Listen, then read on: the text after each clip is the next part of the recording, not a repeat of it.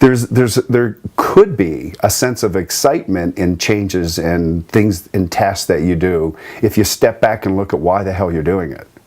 The why the heck you're doing this is, what would happen if I'm doing a new patient exam, and I just roll off and do a relating of findings, and the wife says, you know, my husband's out in the waiting room and his neck is killing him. We're on our way to the massage therapist. Is there anything he should do? Well, let's have a look.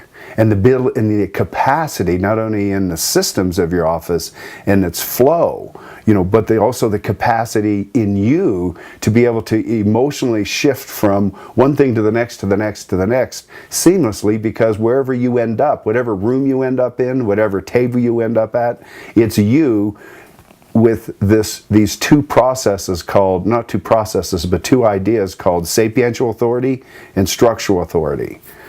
This sapiential authority isn't a light word. We don't put any word in our module that is to be skipped over.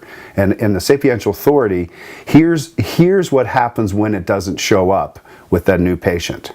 We've all had the new patient, whether they've been to a chiropractor forever. Those are my favorite ones. They haven't been for 6 months and they know all they need is one adjustment, right? We all have that one.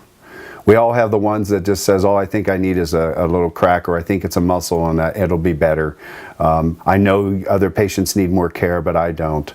The sapiential authority allows you to define what you have found, what you intend to do, and how you intend to do that, and for how long you intend to do that, and what are you going to be looking for as a sign that things are changing, either one way, in the direction of well-being and restoration, and the other in the direction of they're getting worse. When you hold the confidence, that means that you have the competencies under you. So the clinical competencies can never be outsourced.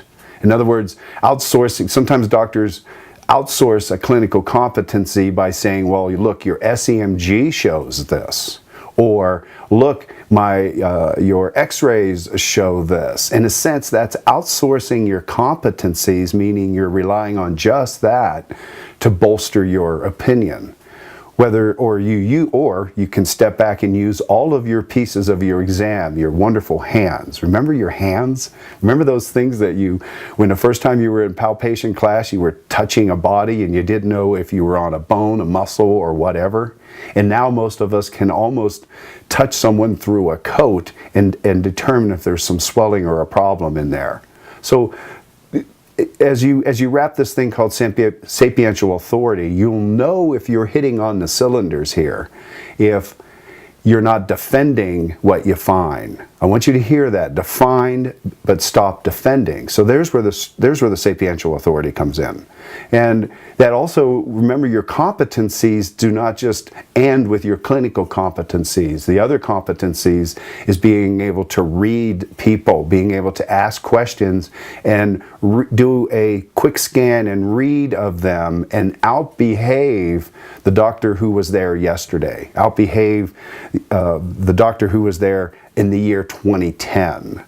Because if you outbehave that doctor, you will continue to build that momentum and excitement and enthusiasm. You're going to find that every new patient exam that you do will actually be an opening for them to go and have a wow experience that they talk about. I can't believe I went to this doctor and he's the first person, or she's the first doctor that actually ever talked to me and listened to my answers.